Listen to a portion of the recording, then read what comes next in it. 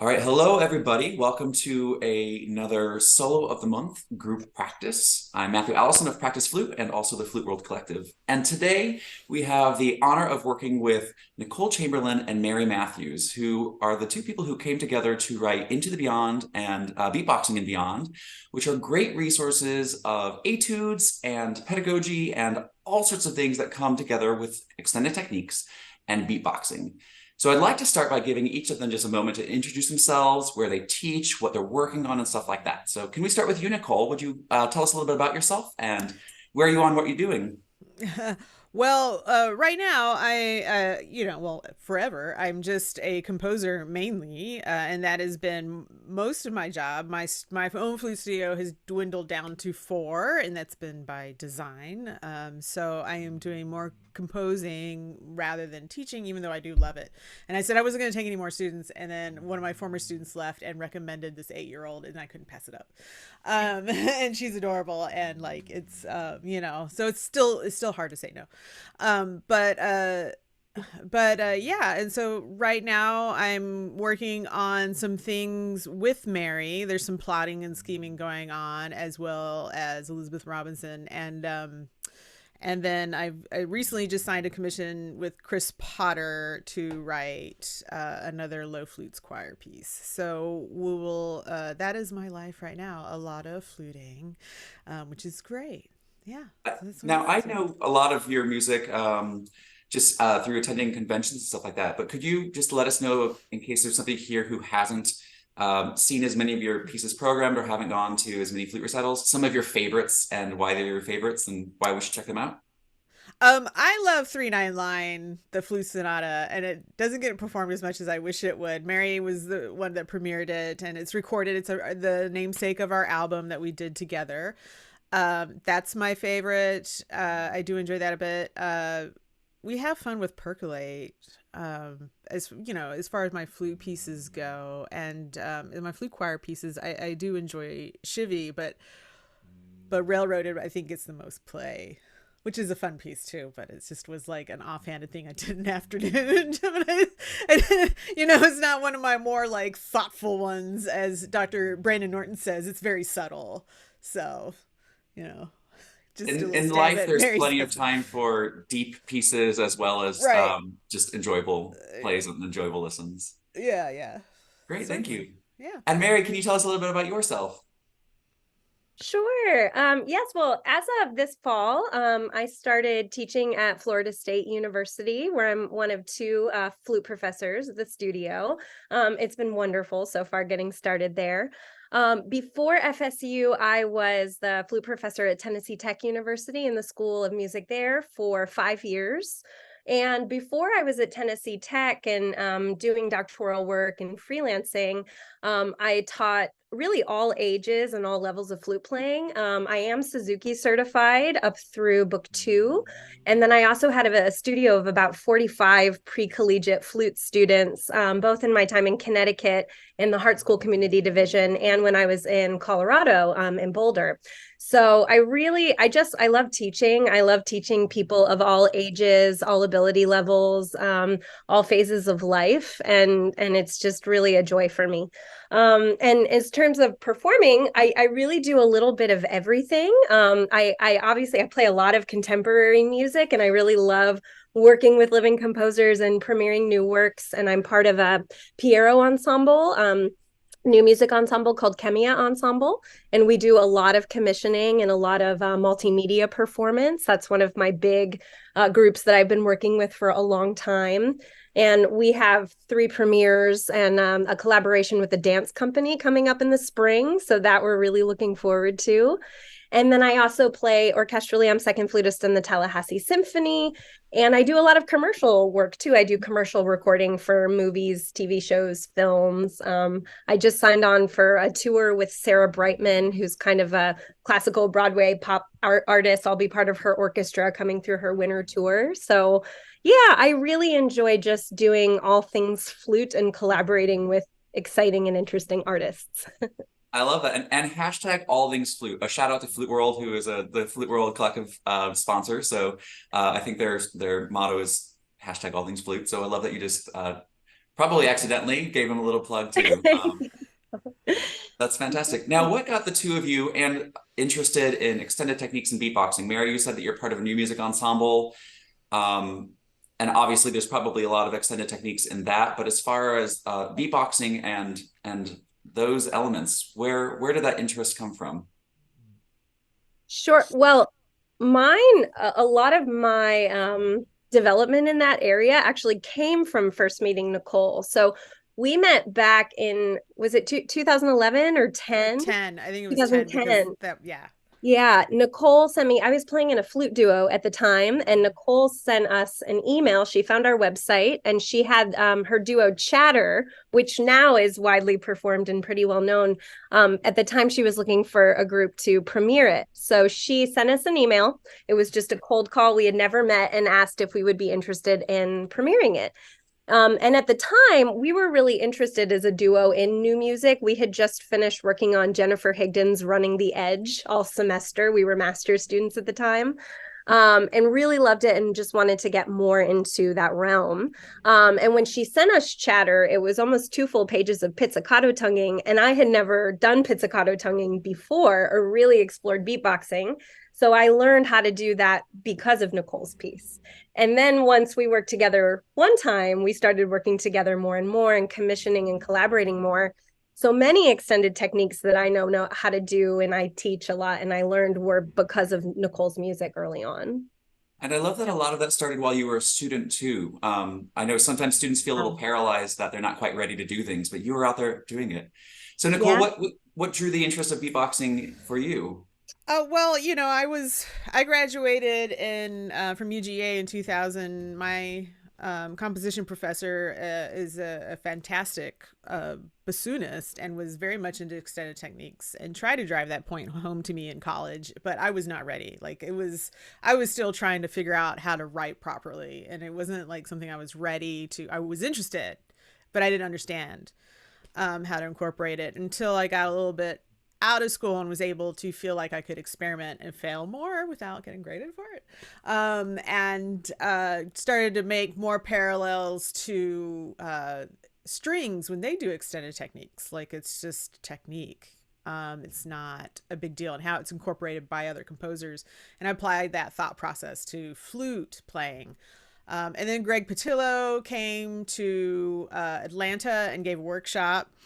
And that was very exciting. And then like the next year, Ian Clark came, and that was very even more like just equally well exciting. I mean, and the way he's a very good teacher as well, Ian Clark. And it was just a very positive experience. But Ian Clark's music, and at that time Greg hadn't put anything down notated. It was all just very improvised, or just arranged in his brain, not shared with others. But Ian Clark's music was too hard for me.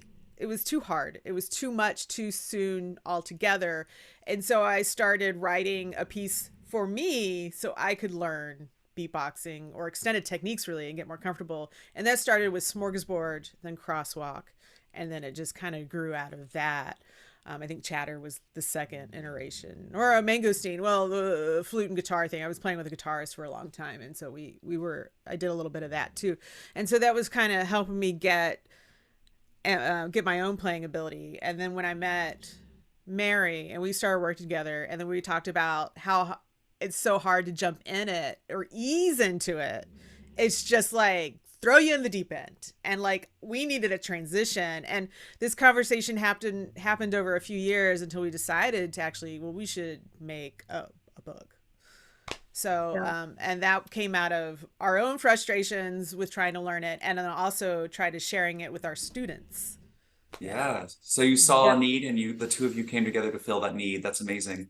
And I love, Nicole, that you mentioned experimenting and then not being afraid to fail because there's no grade. And that's really what a Solo of the Month and Practice Flutes and all these things are about, is giving us a chance to try. So we have been there's 2 Solo of the Month groups, and we come together once a month. So not everybody in both of those groups probably even knew that we were working on these pieces today in the second group. So we have been exploring Boxed In this past week, and then this next week we'll be looking at Jetpacked, which are from the books Beatboxing and Beyond and Into the Beyond. And I know that a lot of us, including myself, have been a little bit afraid to explore very much because as professional musicians, like we're trained to never fail, you know, to not allow that to be something that we can do. So do you have any just advice for those of us who have been not like just dipping our toe in the water, but afraid to jump into the pool of how and where to start? Yeah, absolutely. So, and we completely agree, both from our own experiences, and then also, I teach every day, all day long. And when we started talking about this idea, I was teaching pre-collegiate students, and then the time that we actually put it into action and finished it, I was teaching undergraduate students. And now we've actually made Beatboxing and Beyond part of our etude curriculum at Florida State. So we're teaching them as a regular part of the larger structure and how to fit them in. So really, getting started, Nicole and I said there's so many things in flute playing that we have wonderful resources for. Like we can hand our students the Trevor White tone book and really dig into tone and how to develop it and how to practice tone colors and vibrato. Or we can hand our students Tafnel and Gobert and say, here's how we can, build our technical foundation and get all of our scale patterns and arpeggios. So when we wrote Beatboxing and Beyond, the first volume, we wanted it to be that equivalent where we could give it to our students and allow our students to be coached and guided through it, but then also have really clear instruction that started from square one, so that you felt like the very first thing you tried, you could be successful and then build on that. So when we put this book together, Nicole wrote these fantastic etudes that are pedagogically minded. So the skills gradually develop as the etudes go on. And then I wrote the step-by-step, here's what you should try first. Here's how we can build on that. Step 2, step 3. I tried to give some guidelines on how long each step would take, because as we all know from playing an instrument for a long time, there's very few things in music that are instant gratification that, we try it and it's just immediately there. So there are many skills where I wanted to make sure to say it can take 2 weeks or it can take a month to really master just this one part of singing and playing. So allow yourself the time and the space. And also, I really try to celebrate growth and progress over perfection in any given week. If in 1 week we went from not being able to do the gargle of singing and playing at all, or not being able to do the boo sound without our flute at all, and by the end of that week we can consistently do it, then that's a huge celebration. So first and foremost, I think all giving ourselves grace in terms of a timeline, that there is no timeline, that just jumping in each of these steps and meeting each step whenever it happens is a success in learning a new skill.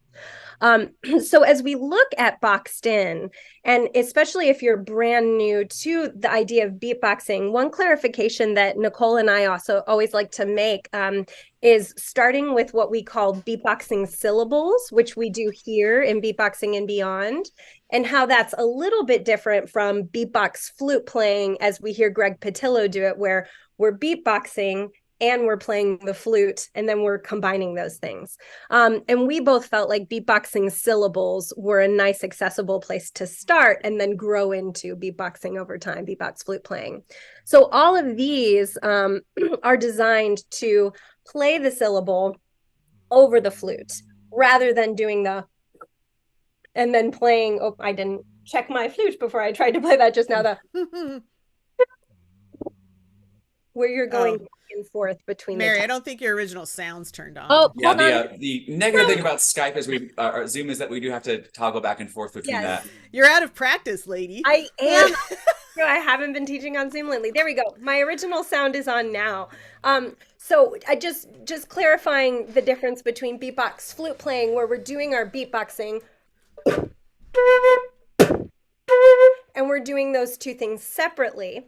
Nicole and I started with our beatboxing syllables, where we're making the beatboxing sound and syllable over the open tone hole so that it allows the flute to resonate. So the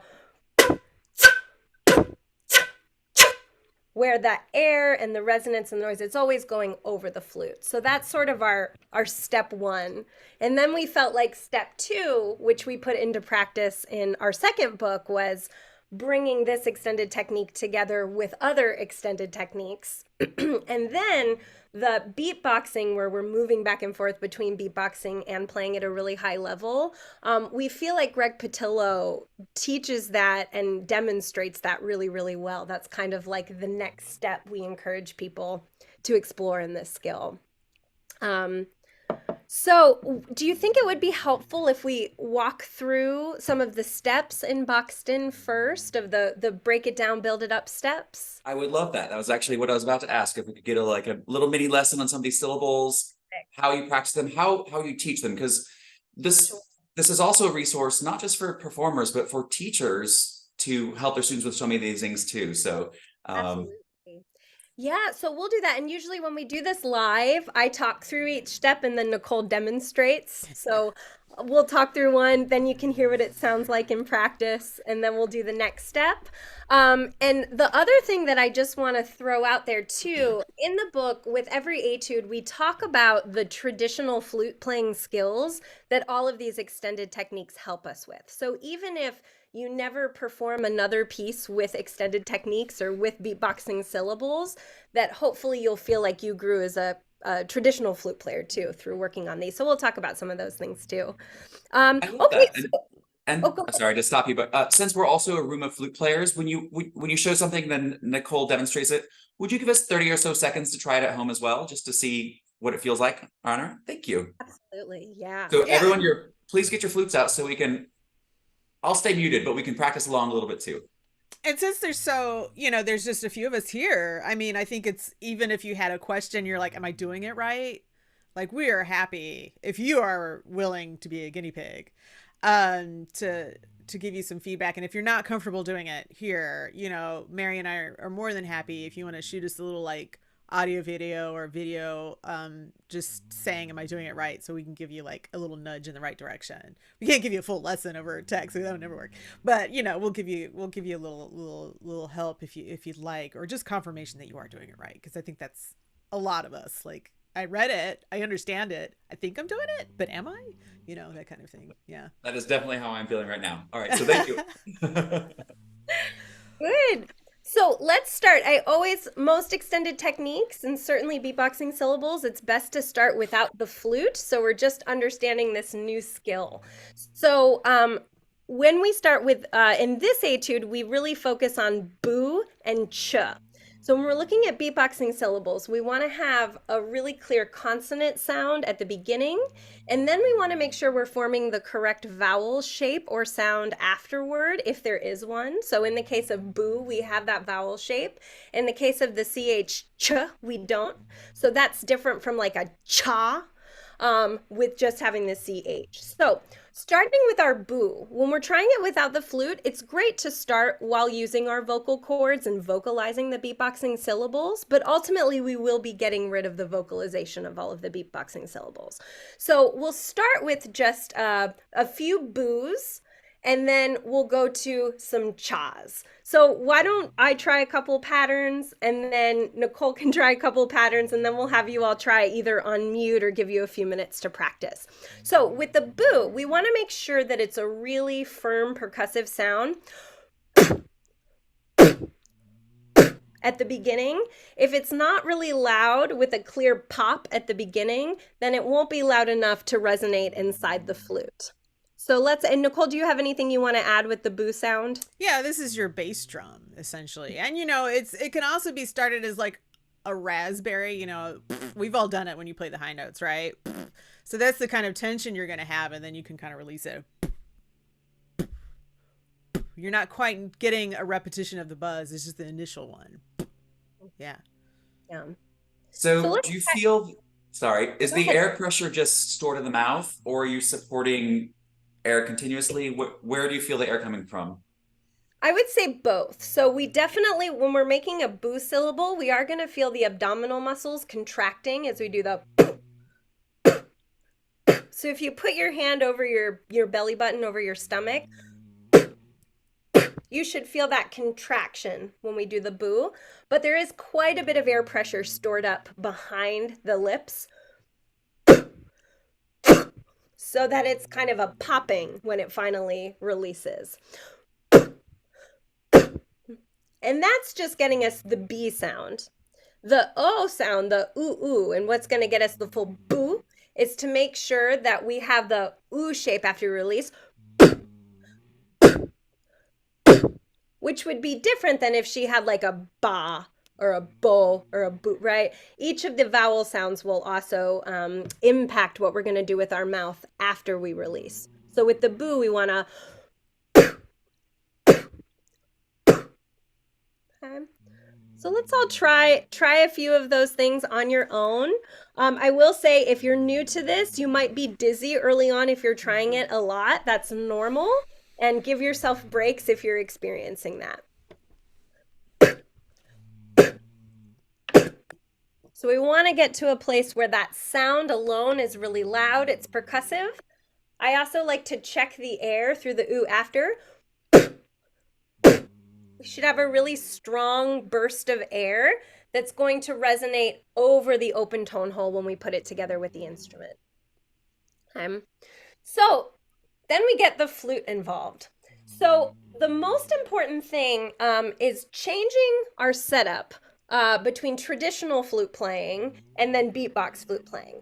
So traditionally, when we're playing the flute, we do have our flute much more rolled in than we're going to have it when we're playing beatboxing syllables, and actually a lot of our extended techniques. So I recommend starting from your normal flute playing position and making a nice low to mid register sound and just really observing how rolled in the tone hole is normally.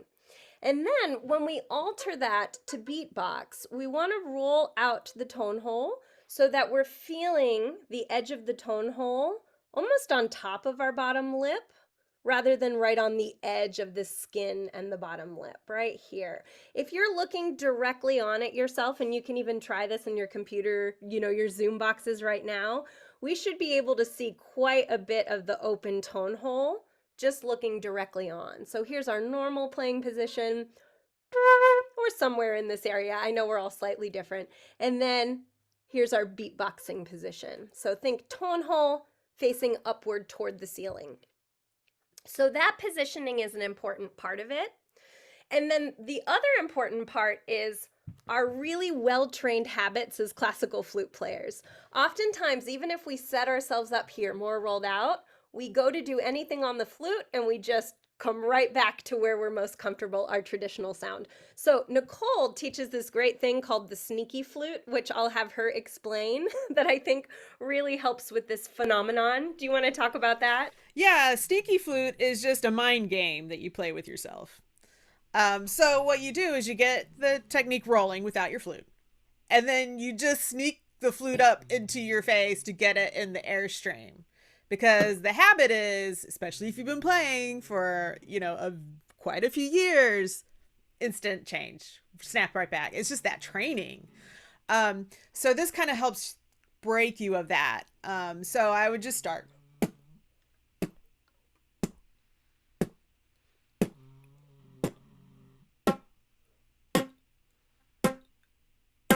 And then I'm doing it without changing. So sneaky flute seems to be pretty effective for a lot of us that have been playing for a lot of years. It was a hard habit for me to break. So sneaky flute helped me not to do that. And sorry, my dog is snoring. So if you hear it, that's not a strange antique. That's not part of it. She's just under my desk sleeping. That sneaky flute I like a lot. I do that when I teach sing and play to students. And Mary, Yeah. Thank you so much for talking, or I guess reassuring me that rolling out was actually appropriate, because in my practice this week, I kept cracking, I kept getting way high overtones, and nothing was working, except when I would roll out, it would sometimes work. And I was like, oh, that can't be right though. I've got to figure out how to do something different. So it's right if it works.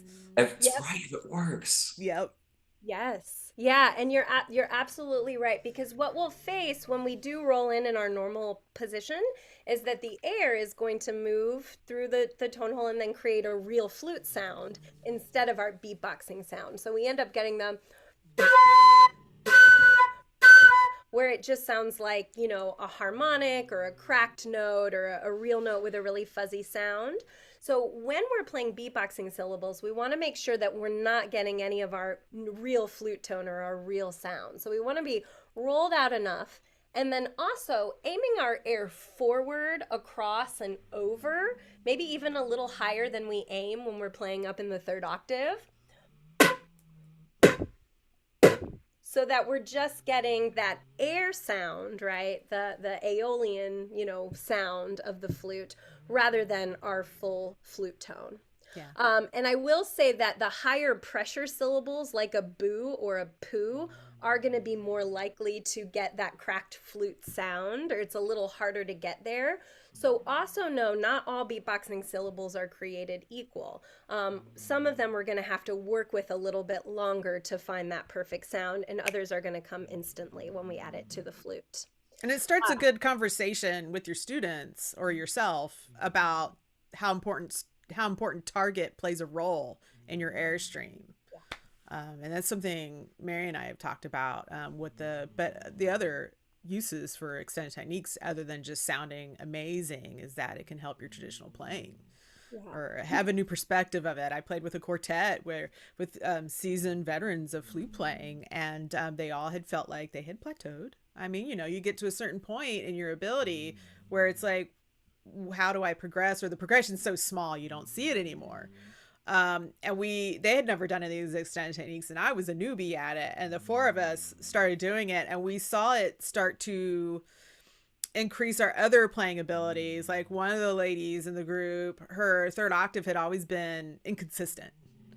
And she was able always to finally hit that beat every time, because she had more air. She was thinking about her target, more flexibility in her face, and just spiced up her traditional playing. So it opens up conversations with yourself and your students about like, well, how important is that target? How important is that airstream? Yeah. And being really aware of setup all the time. Where am I aiming my air? Where is my flute set up on my face? Whether we're playing Mozart or whether we're beatboxing, we have to be able to analyze all of those things when we're practicing and performing. So good. So let's try putting our boos together now. Let's do a few boos alone, because just like with anything else in flute playing, we want to isolate each skill before we start layering them together. So let's all try just a few boos on some eighth notes. We'll start in the mid register just because that's the register where we're beginning over in boxed in. And let's just do some eighth notes where we're going. And our goal is just to consistently get that beatboxing syllable sound rather than the flute sound of. We want that. And notice my boo, boo, ooh forward shape.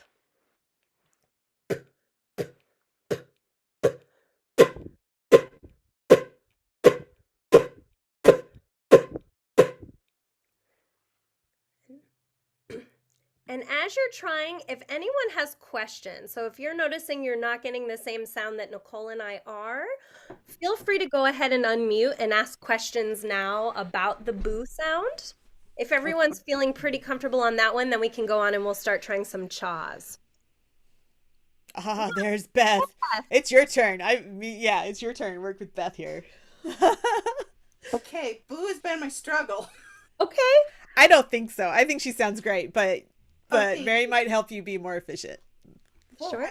I'd like it to be a better boo. How's that? Sure.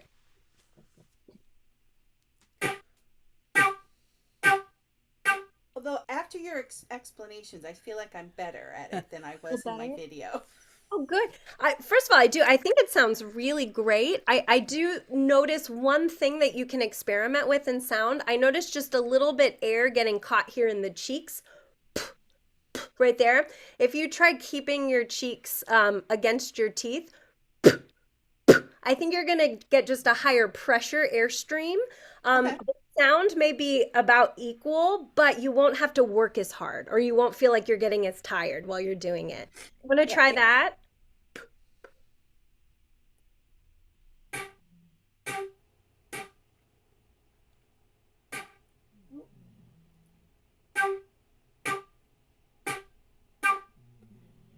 Yeah.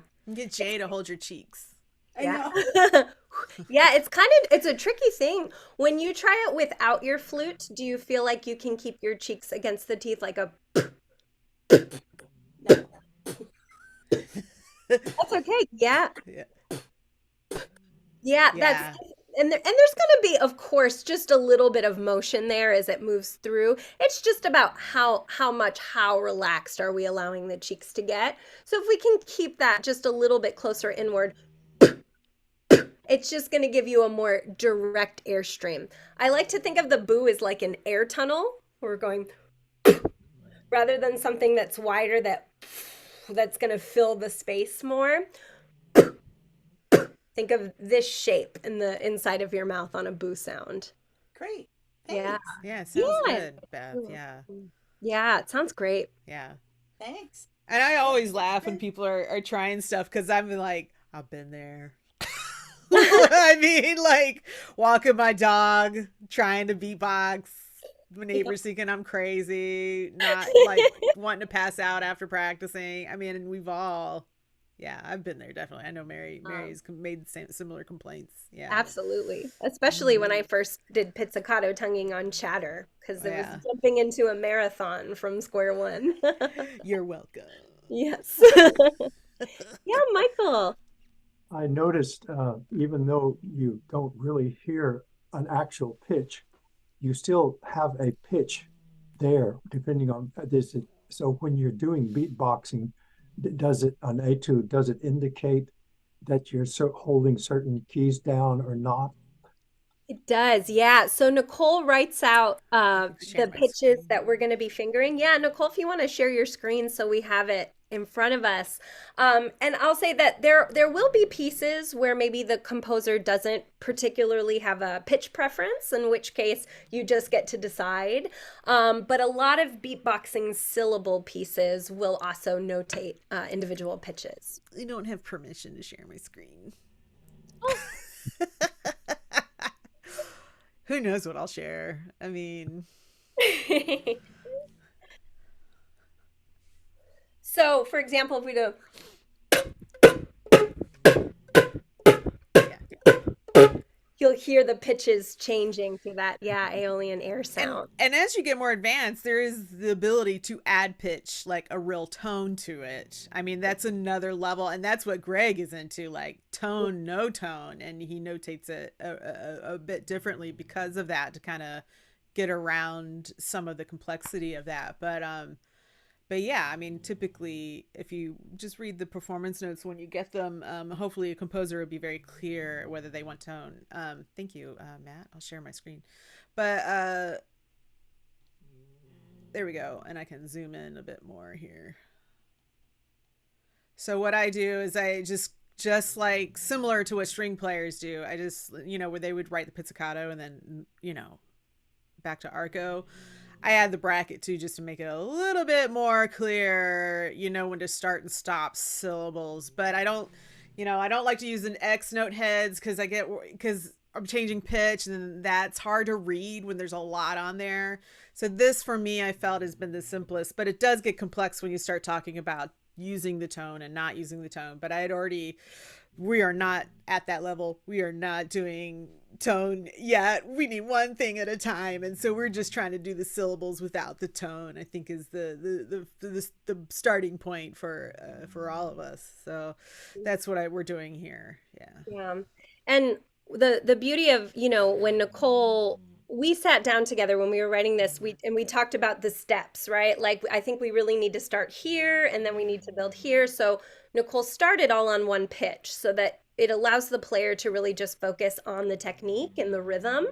And then the pitches start changing as we get more comfortable with our beatboxing syllable. Then we can start pairing it with changing fingers as well. So that's how we see this etude really build in difficulty level. So I would say if you're brand new to this skill and jumping into this etude, that really focusing your time on the first half can be great because you are just getting confident with the skill. And then as you get more comfortable with the skill itself, then jumping into the second half where we're also pairing, more complex fingering, slightly more complex rhythms and meter changes, and then alternating it with a real flute sound that's supposed to be lyrical. There's dynamics, all of that. So self-paced too, depending on where you are in your comfort level, with these techniques. Do you want to scroll back up to the top, Nicole, and we Sure. can talk a little bit about the chus? So the ch, I always like to start with boo because it's a little bit more complex. So ch, this one has no vowel sound after. It's not a cha. We will sometimes see cha or chu with beatboxing. This one is just the percussive effect at the beginning. And so we want the ch, ch, ch. And what's great about that is that we don't have to move the embouchure at all. We don't have to move the inside of the mouth because we're not doing a cha, chu. It's just a ch, ch, ch, ch, ch. So let's all try some CHs on our own. Getting it moving in eighth notes. And then once you're feeling comfortable with that, we're going to pair it with the flute in the exact same way that we did with the boo syllable. So you can start from your normal setup, normal position, and then make sure we're rolling out, get the edge of the tone hole away from that edge of the bottom lip, roll it out. And then as we do it, our goal is to blow across rather than down. So if you find that you're sneaking into your normal flute position, try the sneaky flute that we did before.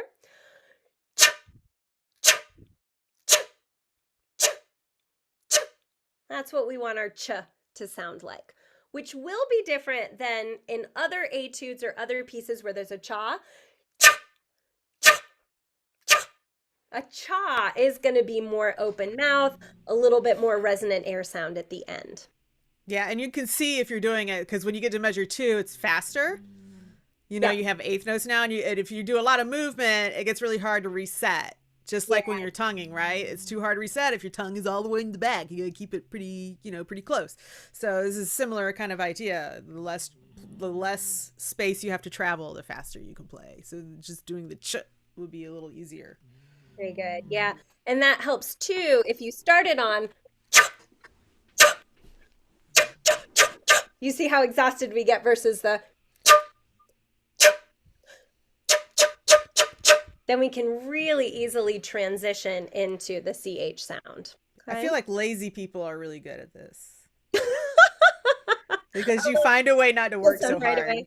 Yeah. The easiest transition possible. Yeah. We talk about that a lot in book 2, though, about how the best way to do a lot of transitions between extended techniques is always going to be the easiest way. Whatever way allows us to move the fewest things with our tongue and our embouchure and the space inside the mouth is going to be the way to go for speed of all of these techniques. We'll demonstrate that, especially with jet whistles. Yeah. Yeah. So the other big beatboxing syllables in this etude, and the reason that Nicole selected these ones is because they are the most common beatboxing syllables we see in introductory to intermediate level pieces that use beatboxing syllables. The other big ones are the sh sound, SH, and then the TS sounds, or the hi-hat. So let's try a few sh first, and then we'll try some TS's.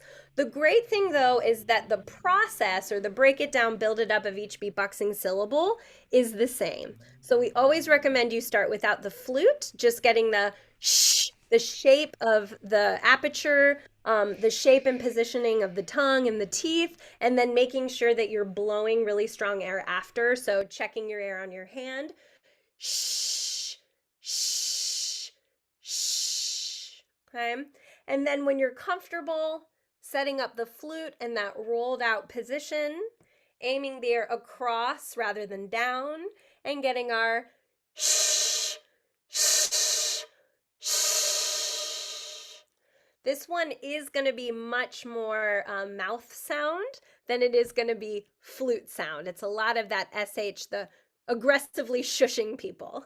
Whenever I have a student who's struggling with this one early on, it's because they're too delicate. They're going shh, shh. And I say, have you ever aggressively shushed someone, whether it's a younger sibling or in a library, or shh, right? That's what we want to get, is the aggressive shushing. Shh on our SH syllable. Good. Any questions about the SH or the cha before we add our TS? I have a question about the CH, I guess the not cha, but the ch. In the piece, there are quarter notes and eighth notes. Do you approach them any differently to show the duration of the ch, or is it just the ch? Is it always short? How's that work?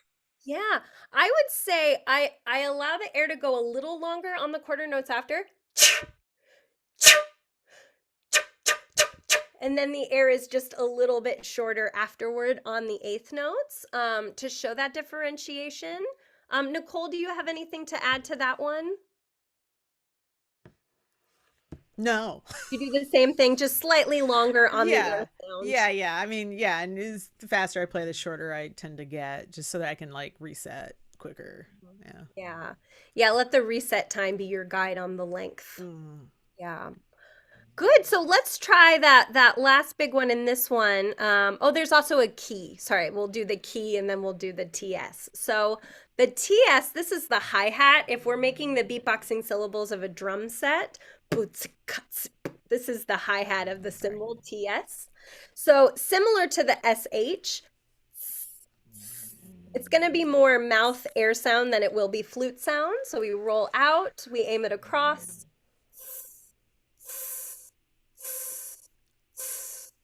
This is one of the most quiet beatboxing syllables.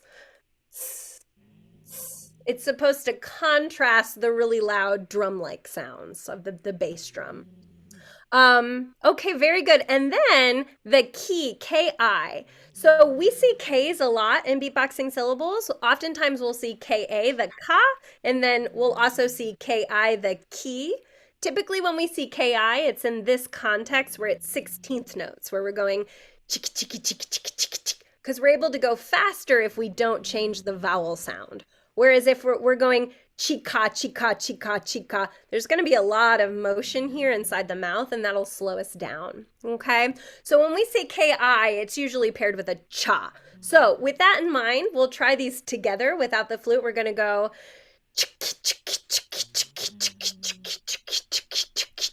It's like a loud double tonguing, or a more aggressive double tonguing with a CH, okay? So a few of these without the flute. Yes, or the egg shaker, Matthew. Yeah, exactly. And the softer it is, I find the faster it'll be able to go. And then the louder it is, the slower it will be, because we have to release all of that air pressure to get the loud cheeky cheeky. So adjust your volume accordingly, and of course according to the guidelines that the composer gives you. And Nicole, is really great about pairing dynamics, especially in this book, that work comfortably with all of these beatboxing syllables at their notated tempos early on. Good, so let's try some cheekies together with our flute. So setting it up with the head joint facing upward and rolled out, and our air going forward.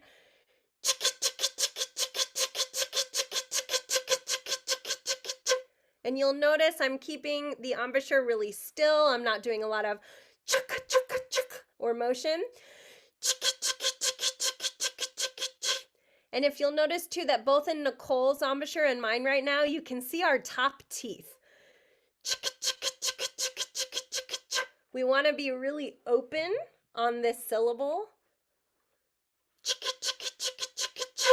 which is different from our TS or our SH or our boo, where it's closed. So there's going to be some beatboxing syllables where we're really open and you will be able to see the teeth, and some that are more closed where it's going to be covered. A cheeky, cheeky, cheeky is a much more open syllable. Really anything with a ka is going to be a more open syllable. Um, Good. So let's try putting some of these things together. Now, this is where I like to go back to putting the flute down for a moment. I think that once we start pairing our beatboxing syllables, we do want to take a minute to just organize the rhythm in our minds and then the rhythm of the beatboxing syllables. So this is the point where I think it's completely fine to allow our voice to come back in the mix and go like ch ch boo ch ch ch boo ch ch ch, right? This is me just starting to memorize how the syllables fit together. So if you end up going boo cha boo cha boo cha cha cha boo chicka cha cha, whenever I'm memorizing pieces with this in, I will be walking down the street speaking my beatboxing syllables out loud. This is just a memorization tool to get the rhythm of the beatboxing syllables. Okay. So together, I think it would be great today if we can go from, beginning through bar 12. So let's all take a moment. You can mute yourselves and I'll speak it out loud. Let's just say the beatboxing syllables out loud in rhythm. Feel free to use your voice or feel free to remove the voice if it's more natural for you just to do the either one is fine at this step, okay? So we'll try it at a 1, 2, 3, 4. Ch, ch, ch, ch, ch, ch, ch, ch, ch, ch, p, ch, ch, ch, ch, ch, ch, ch, p, ch, ch, ch, ch, ch, ch, ch, p, ch, ch, ch, ch, ch, ch, ch, ch, ch, ch, ch, ts, p, ch, ch, ch, ch, ch, ch, ch, p, ch, ch, ch, ch, ch, ch, ch, ch, p, ch, ch, ch, ch, ch, ch, p, ch, ch, ch, ch, ch, ch, p, ch, ch, ch, ch, ch, ch, ch, ch. Shh. I think what's really great in that exercise is it allows us to observe rhythmic patterns, right? So in bar 3, bar 4, bar 5, she keeps the same pattern going, and then it's the same one in 7 and 8. But then, in the words of one of my freshmen at her lesson on Thursday, she's really mean to us in bar 9 and she changes the rhythmic pattern, and you'll notice there that the 16th note is now the last 16th note of the beat on bar 3, or excuse me, on beat 3, instead of being placed on the second 16th note of the beat. So they always go, hey, that's a rhythm trap. And I say, it was a rhythm trap, right? So that's why here in this early stage, if we can get rid of the complexity of the flute and just pair the beatboxing syllables with the rhythm, then we can catch any of these rhythm traps that she sets for us. And confession time, I just screwed up measure 9 when we went through it. Oh, really? Yeah, I did. I played measure 8 in my brain. I forgot that I made that change. Right. Yeah. And it's just through me teaching this, 17 times every week that it's now burned in my brain. But yeah, that little rhythmic change. So I find though that if I try and jump into any new piece with beatboxing with my flute right away, I am going to miss stuff like that. Whereas this allowed me just to pair rhythm with beatboxing. Good. So then I think the next step is we do start to put it together with our flute is to focus first on bars 1 through 6, the measures where we've got the beatboxing pattern that we can focus on. We'll pair it with our flute, but we're not going to move into the ones with more complex, moving notes or notes or bars where the notes move more frequently right off the bat. Let's get the beatboxing down with the flute and the rhythm first, and then we'll go ahead and pair it with more complicated notes. So, any questions on the step we just did where we were pairing our chas, our beatboxing with just the rhythm before we grab our flutes? Matthew again, sorry. Pedagogically, or as a teacher, I teach a lot of rhythm, right? Separately, like you, I like to separate things. Is there any hesitation that you would have for a teacher when teaching rhythm to be like, hey kids, let's just have a little bit more fun and beatbox this? Or just, are there any hesitations as far as doing that? You mean in this piece or just saying let's beatbox things in other pieces as you're teaching? If a kid's struggling with a rhythm in a measure, like count it and then beatbox it, is that just a cool hip thing to do? I think it's fantastic. I think it's an out of the box fun way to try a skill that they're struggling with. And so whenever there's a challenge with a skill, I think as many different ways as we can come at it to work on that skill is fantastic. And I do find that adding extended techniques, whether it's beatboxing or whether I say, let's flutter it or let's sing it and play it at the same time, it gets us solving an old problem in a new way. And so not only is it more fun, but I think that we arrive at that good solution, more And quickly. So yeah, fully support you in that. I think that's Yeah. fantastic. Mary and I were paralleling workshops. I was teaching the Bach partita using beatboxing to try to identify stresses in an unaccompanied piece. So what notes were more important than others, like getting a hierarchy. And Mary was doing with Taf No Gobert and how like to mix all of that up. So like it was, I mean, it's just I think it's a great idea. Just like Mary said, it helps shake a kid up a little bit and get out of their brain some, and try to think about something different and come back to it in a new way. And I've done that too, especially when a kid is like about to have a meltdown over it. Yeah. I'll and also rather than say, get the eye roll from the student, this might actually get them excited and engaged. So Maybe, yeah, it depends on the student, but yeah, certainly. and Even right the now students. we're saying kids, but I'll say when I went to Nicole's class the first time that she calls beatboxing to a better Bach, I was working on the Bach partita as like a doctoral student, and I thought, what a fantastic way to work on this thing that has really been stressing me out. And so she does a and putting these heavier, emphasis syllables on the harmonically important notes and then the lighter syllables on the less, important harmonic notes. But yes, it was also the way I got college students to practice their Tafnel and Gobert as much as we need. We'd say, do TNG1, but I want to hear 5 different variations every week. So it would be the fluttered variation, the singing and playing variation, the so this can be great for really all of our music. And we hope that this etude will, help them get good enough at this skill that they can then use it for all of their other pieces and their practice techniques. Good. Thanks for bringing that up. I love that. So let's go ahead. Why don't we try bars 1 through 6 together? I'll stay unmuted, and you can be on mute. And let's try it under tempo as we put this now together with the rhythm, the beatboxing syllables, and with our instruments. Okay? So we'll start with that more rolled out position, tone hole upward. We're aiming across as we play it, and we'll try it a 1, 2, 3, 4. 2.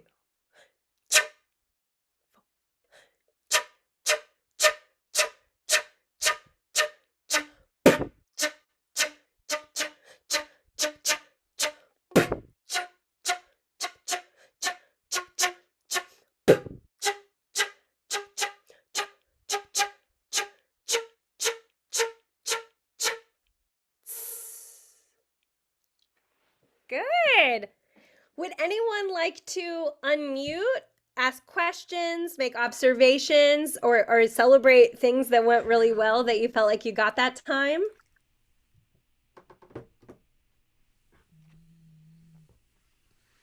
Matthew again, hi. I keep shouting out. I know everyone. I would love it if everybody did too. But for me, I noticed that time through, I took the biggest breath on those tiny 16th rests rather than on the bar lines. Because my boos weren't working because I was trying to take a breath on the bar line and then reset to the boo. So when I didn't breathe on the bar line, the boo downbeats worked better. If anybody else is having trouble shifting between the ch and the boo with the breath. Yeah, I think that's a fantastic idea. And I think, let's see. I would agree. I think I'm doing that also, of avoiding breaths when we're switching syllables because we're already doing so many things, and instead putting them on rest can be really effective. Yeah, thank you for pointing that out. That's great. Also keeping the chs really short. That will encourage us to keep the ch really short on the rest if we're planning to breathe there, rather than allowing it to get a little bit too long. Yeah. How is endurance? Is anyone feeling tired after about 6 bars of that? Are we feeling like the tongue is getting exhausted or we're running out of air? Is that okay so far? Good. That's another good check-in point and good gauge as we go. If we're really tired after only 6 bars, then we're probably going too loud or having a little bit too much pressure in our and really over exaggerating the syllables. That'll tire us out really quickly. So again, keep minimal motion so that we're able to play the full length of the piece without getting too tired. Good. Well, let's go ahead now. We'll do the same two-step process starting in bar 7 to bar 12. So let's go ahead and just articulate it on our syllables without the flute first. Starting right there at bar 7, and so we'll have another shot at that rhythm trap. Yep, right there where Nicole highlighted. And same thing, we'll try it under tempo.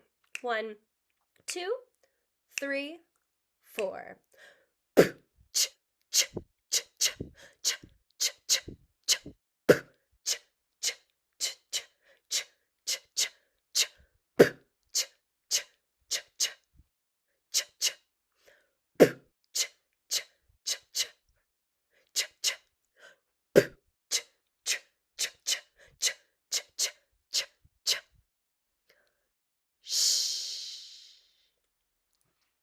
Great. Any questions on that variation before adding the flute to it? Okay, so our hope now is that we've got the rhythm and the beatboxing pattern starting to be committed to muscle memory, so that way we can focus more on the finger changes happening here. Okay, let's go ahead and add our flutes. We'll keep it at that same tempo. So rolled out, tone hole facing upward, blowing across. 1, 2, 3, 4.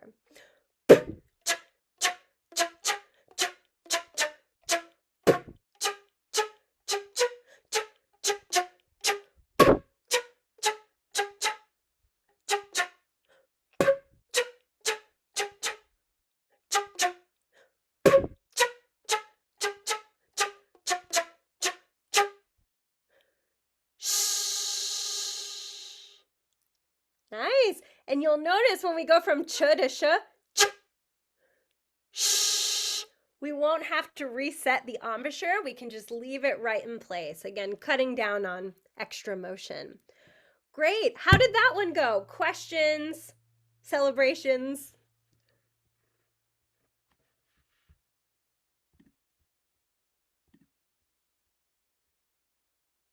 Great. Well, should we go ahead? Oh yeah, Michael. A minute ago, you said something about your tongue getting tired. How active is the tongue in all of this? Because I felt like I wasn't using my tongue much. Very much. Sure. So I'll say on the CHs, the ch, ch, ch, ch sound, what we want to do is leave it in place. So it's hitting on a ch, it's hitting the hard palate. Ch, not far enough back that we're starting to hit the ridges on the roof of our mouth, but it's not right behind the teeth either. It's in that spot right there. We want to leave it there and just lightly bring it downward just enough so that we can reset it and bring it up for the next ch. So it'll be moving in time and pretty active and moving, but it shouldn't be moving all the way down to the bottom of the mouth, and it doesn't have to come forward and back, just and when we boo, we want to keep it as close to the hard palate as possible. So it's right there and ready to strike again on the CH. I think some of the pitfalls for when people first start beatboxing is they're going so hard with everything that tongue kind of follows suit. And so there's just kind of something to look out for, you know. You see it when people play regularly, if they play louder, sometimes their tongue will get more active and more percussive. And I think that kind of happens because people are trying so hard. So that's just something to look out for when you're teaching. I am loving this. And, you know, I'm excited to start incorporating this in my own practice and in my teaching. One of the things I'm liking about this too is since there's 4 layers of abdominal tissues and we can only really exercise 3 of them, this is really a great way of engaging those transverse, the wrapping layer of abdominal tissues, which we use for balance, but also air support. So In your resources that you provide, it says it helps with air support, but this fourth layer of abdominal tissues, there's no other way for us to really exercise it. And this is just an amazing exercise for that alone. So I can't wait to play long tones after I practice beatboxing now. Yes. Oh my gosh. Thank you. Thank you. I'm so glad you're experiencing that because we really love that benefit of beatboxing and always feel great about sound and resonance of sound and support of sound after we do this extended technique in particular. Yeah, so if you've looked through the whole book, we break it down into 4 different sections by what traditional flute skill these extended techniques work on. The beatboxing syllable etude is in the support, projection, coordination part of the book. These are all extended techniques that help us work on support and projection. Good. We also thought, since we're going to be jumping into the etude from the second book, moving into the next week, would it be helpful if we talked just a little bit about jet whistles today, too, since the second etude combines jet whistles with beatboxing syllables? Yes. Oh, great, great. So, our thought, as we said at the beginning, our concept for book 1 was just getting people started with extended techniques, introduced to the most common techniques and how to do them, and really only do one at a time so that we could focus on just one skill. We saw book 2 as we put together Into the Beyond as now a leveling up of our skills. And so the first half of book 2 alternates extended techniques. So we're going back and forth between 2 different extended techniques, but never doing them at the same time. And then the second half is layering extended techniques. So we're doing 2 extended techniques at the same time. So for example, we're playing a beatboxing syllable while playing a harmonic or while playing a multiphonic. So this particular etude, Jet Packed, it's in the alternating section of the book, and we're alternating our beatboxing syllables with the jet whistles. So you'll see here that Nicole starts right off with extended technique or beatboxing syllables that hopefully we're already comfortable with from Beatboxing and Beyond. You see a lot of the pairings of the boos and the chews. And then we're adding the jet whistle, and there is a jet whistle etude in Beatboxing and Beyond as well. So we thought we could talk through jet whistles alone first, just as we prepare to jump into this one in this group next week. Nicole, do you want to talk about the jet whistle a little bit? Yeah, we can talk about the jet whistle. It's I think we've all are familiar with the sound, hopefully, from Hector Libo's jet whistle. Sorry, my Portuguese is not great, so I will say the English word. So what we're going to do is we're going to be very efficient and try not to do any excess movement, and you'll be surprised how much air you don't need if you get your targets right. So the lower notes are usually the best for getting jet whistle. I like low C. So what you're going to do is you're going to keep your flute in normal playing position. You're not rotating it in. Make sure you're not rotating it out. It just stays upright like you usually would. And you're just going to put it right in your mouth and cover the tone hole. Okay. Now the importance is the target is this other wall. It's not straight down and it's not that way. You want your air to target that, even though it's in your mouth and sealed.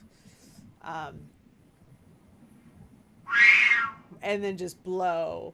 And I don't have to blow very hard. I just have to have full air.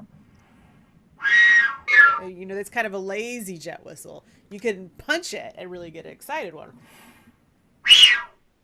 And that's using all my abdominals. But you can get a lazy one, just a little, if you're very efficient with your target, which is this. Mary, do you have a better way of explaining it? I'm sure you've encountered more. Well, I think that's great. I think the 2 most common mistakes we see with the jet whistle are that people are aiming the tone hole back. So when we go to cover, we're covering by bringing the flute to you and going like this, instead of leaving the flute where it is and covering like this. The second most common mistake that people have is that they're thinking that they need to aim the air down the tube, or that they need to aim the air downward into the flute this way. The aim of the air is actually exactly the same as, the beatboxing syllables we were just talking about, or the third octave. We want to direct our air across, even though we're covered, instead of down or down the flute this way. Because you'll hear it. It'll sound like, yeah, like nothing. You won't hear anything because all your air just went down the pipe instead of resonating or vibrating the metal, which is what we do as flute players, right? Our air is going down, is splitting. You still want to have that split so that it resonates the tube. Yeah. That's also. Sorry, for clarification, when you say leave the flute upright, are you leaving it on your chin, or is a fleshy part of your bottom lip coming to it? Great question. So I am the fleshy part of my lip is touching the bottom of the lip plate here. So the flute stays in its position, but I do change both top and bottom lip so that we can get a full seal. So what we want to do is cover our teeth with our bottom and top lip because we don't want our teeth making direct contact with the flute, but we are sealing very firmly around the tone hole with our teeth cushioned by our lips. So it should be a firm enough seal that no air can escape when we are blowing through the jet whistle. And that's another, even if we're in the right position and we're aiming our air in the right spot, if we don't have a firm enough seal around the tone hole, then we won't get a clear jet whistle sound because some of that air will escape. You'll notice as both Nicole and I are jet whistling that on this one, we can allow relaxation right here, and there is going to be a little bit of a puff of the cheeks. And that's perfectly fine. It's going to be the speed of our air that's going to cause that. And as long as we're not allowing too much relaxation of the lips around the tone hole, it's perfectly fine for there to be some relaxation here in the cheeks. The goal sound we're going for is a high-pitched sound. So a jet whistle is not a low sound, or a Darth Vader sound, as one of my students described it once. It's going to be a really high-pitched sound with a lot of high harmonic overtones. Good. Does everyone want to try a few of those on their own and just observe what kind of sound we're getting? Is it loud? Is it a high pitch or a low pitch? Is it quick or is it slow? It can be, like Nicole said, it can be a softer one, or it can be a really loud, just as long as we have the high overtones in the sound, then it's a good jet whistle.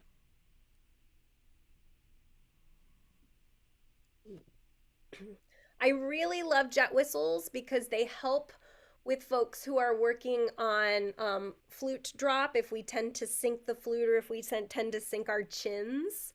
This is great practice because we really have to pick everything up and keep good posture and good position in order to get the air aimed in the right direction. So in addition to it being great for support and really moving our air and understanding how much air we have to give the flute, it's also really good for some posture goals as well in our traditional flute playing.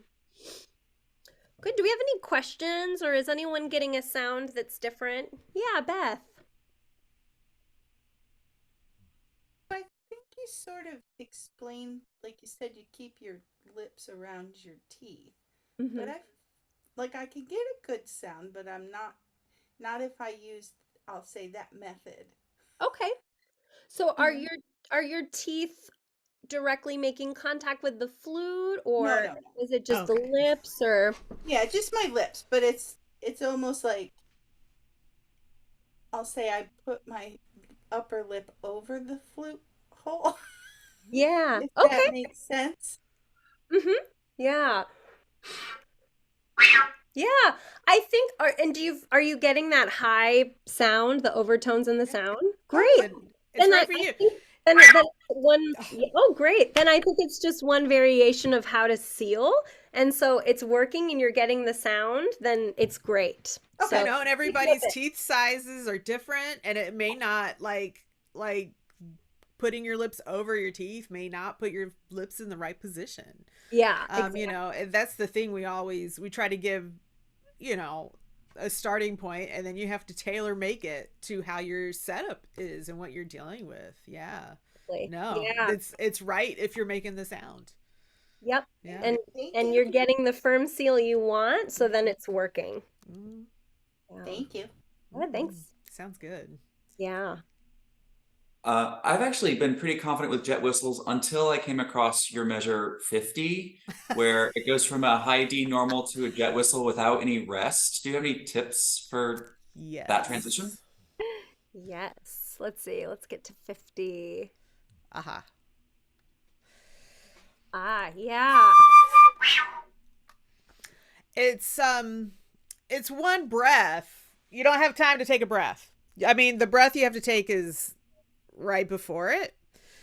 So I'm gonna stop share so I can kind of show you a little better. But there is like my bottom lip acts as like the slider to get my flute in my mouth, so I'm not lifting.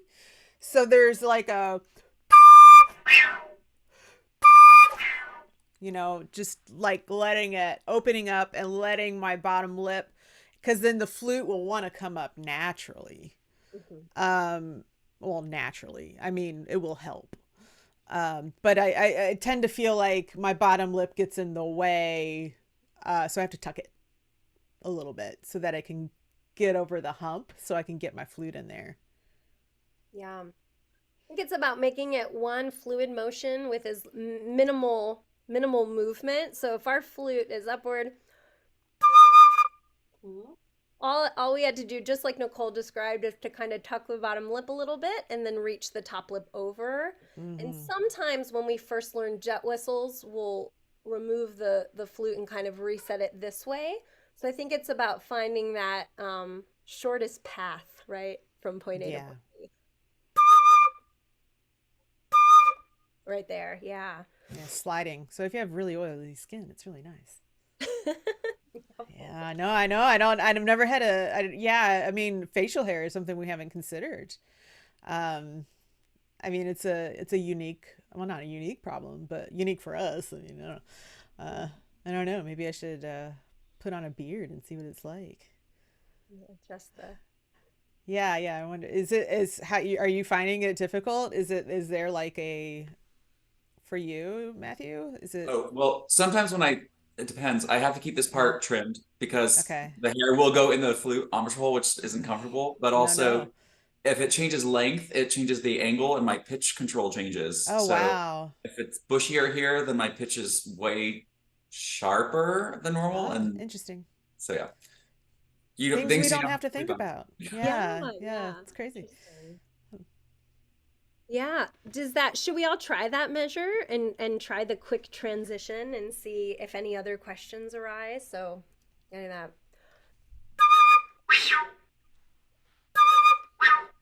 I'll also say, let's see, I do, in that quick slide, I am taking in a little bit more air just to make sure that I have support. So try it, and again, slightly different things will work differently for us. Try it maybe with the breath and taking more air in. Try it without.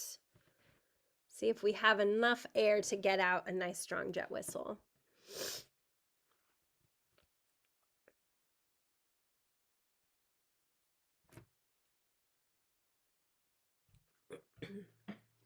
Any questions on that bar, or any questions about the jet whistles beyond that too?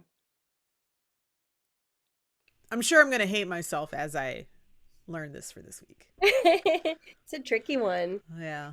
So in the break it down and build it up of this section, just like our traditional flute pieces, what I recommend first is just isolating transitions. So I break them up and I talk about first transitioning from every normal note to a za, normal note to a boo, normal note to a cha, normal note to a jet whistle, right? Just so that we're really comfortable with the coordination aspect of getting from point A to point B. And then we do all of the transitions that go from one extended technique to another. So every za to a jet whistle, and cha to a jet whistle, because then we're starting from a very different embouchure, right? If it's a more open to our jet, that's going to be a very different position change than the one we were just doing, where we were playing a normal flute note to the jet whistle. So isolating all the various combinations, and don't worry, I found all the various combinations for you, and I wrote them out of here's the order, here's how we find them. She also, again, this is one skill that kind of levels up as the etude goes. There are some transitions where we have a rest in between. So we have 1/8 note to get ourselves from a jet whistle to a beatboxing syllable.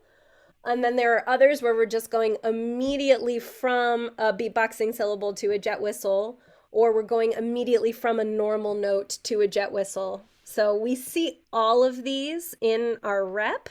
So that's why we want to get more comfortable with the transitions too. So I would recommend starting there with just your transitions, and then going ahead and putting the larger phrases together once you feel really confident with transitions. And as as you post videos of practice this week, and as you try it, we would love to see videos of not just full phrases altogether, but also just practicing transitions where we just go like, right? And from technique to technique, because those building blocks are really the foundation of this particular etude. Wonderful. Thank you both so much. Are there any other questions from the group? I just was looking at the clock and noticing that I could just keep doing this all day. I'm learning so much. Any other questions from the group that's with us today?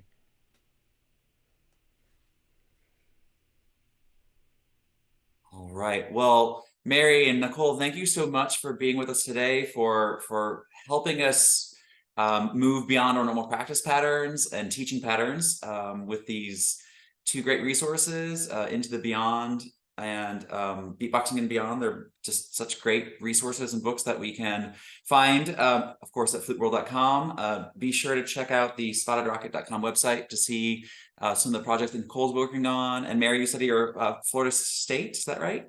Yep, I'm at Florida State University. We have a flute studio of 40. We have bachelor's, master's, and doctoral programs at FSU. So always a lot of stuff going on at FSU. That's so exciting, and we're just so glad to be working on this together through this group. And I look forward to what I can do this when we get beyond this month as well. So thank you so much for your time today. Thank you for having us. It's been fun seeing everybody. A piece that you could get that has some of this stuff, Carol of the Drum by Nicole, is out on Sheet Music Plus, I think. Yeah, because they had the rights to it, so that's who I went through. Yeah. But if you're looking to say, well, okay, what can I do to put this into some music? Some Christmas music. Yeah. Yeah, there you go. Thanks for the plug, Beth. I'll send you a check.